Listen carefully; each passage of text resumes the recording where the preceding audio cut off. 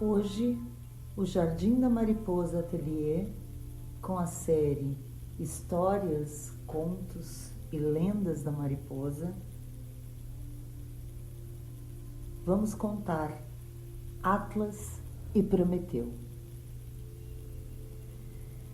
Prometeu, o criador da humanidade, incluído por alguns entre os 7 titãs, era o filho ou do titã Eurimedonte ou de Iapto, com a ninfa Clímene.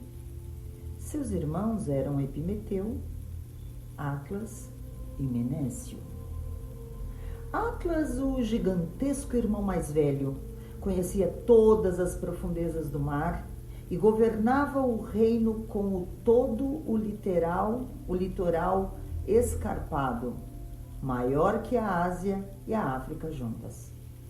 Essa terra atlântida estendia-se para além das colunas de Hércules, e uma cadeia de ilhas paradisíacas a separava de um continente ainda mais longínquo, sem nenhuma conexão com o nosso. Os atlantes cultivavam uma enorme planície central, graças à canalização da água que descia das montanhas que circundavam toda a Atlântida, exceto por uma abertura que dava para o mar. Eles também construíram palácios, balneários, hipódromos, grandes portos e templos e travaram guerras não só na direção oeste, até o outro continente distante, como também na direção leste, chegando à Itália e ao Egito. Os egípcios dizem que Atlas era filho de Poseidon e irmão de 5 pares de gêmeos masculinos, que lhe juraram fidelidade com o sangue de um touro sacrificado num altar. Dizem também que inicialmente os atlantes eram seres muito virtuosos, capazes de suportar com firmeza o peso de suas grandes riquezas em ouro e prata. Mas um dia, a ambição e a crueldade se apoderaram deles, e com a permissão de Zeus, os atenienses os derrotaram sem a ajuda de ninguém e puseram fim ao seu poder.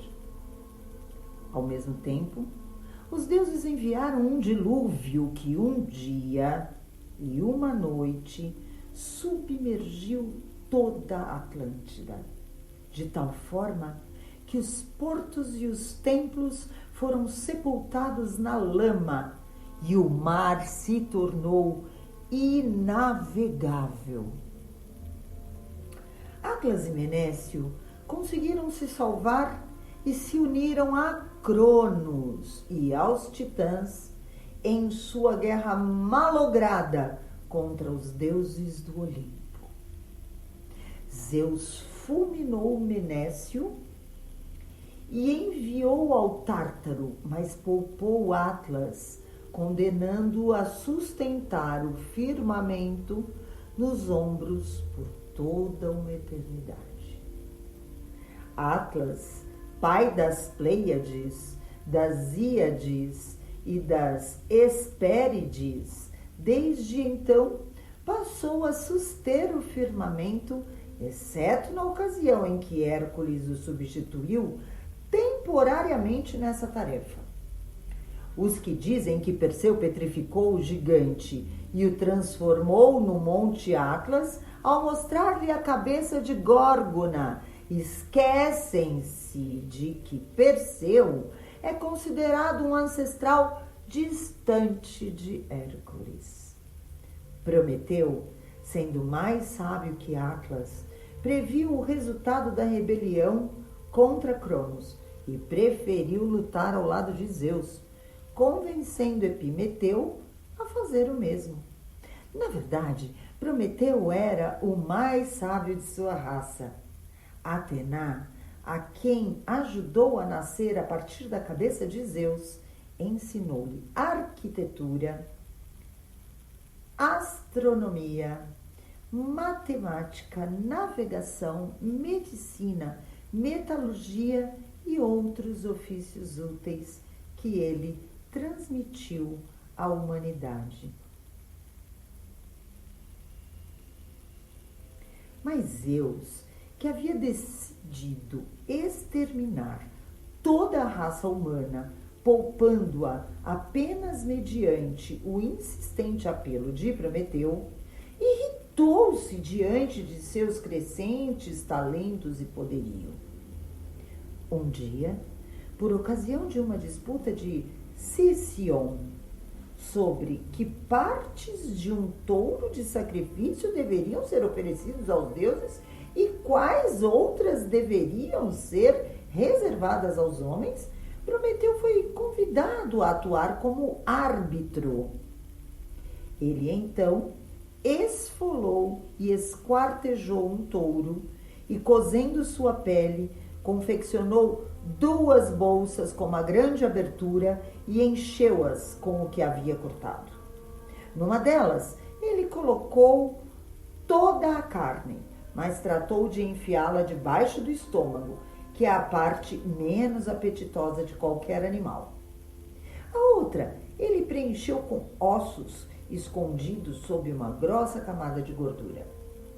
Ao convidar Zeus para escolher uma das bolsas, este, deixando-se facilmente enganar pelas aparências, escolheu aquela que continha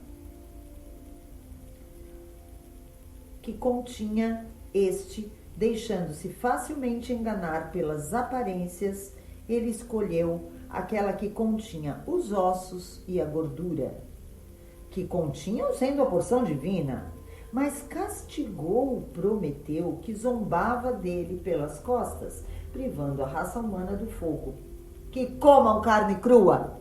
Gritou Zeus. Prometeu dirigiu-se em seguida a Atena, suplicando-lhe a permissão para entrar secretamente no Olimpo, ao que ela consentiu. Ao chegar, ele acendeu uma tocha na carruagem ígnea do sol e arrancou dela um fragmento de carvão incandescente que enfiou no oco meduloso da haste e de um funcho gigantesco. Depois, apagou a tocha, saiu furtivamente e deu fogo à humanidade.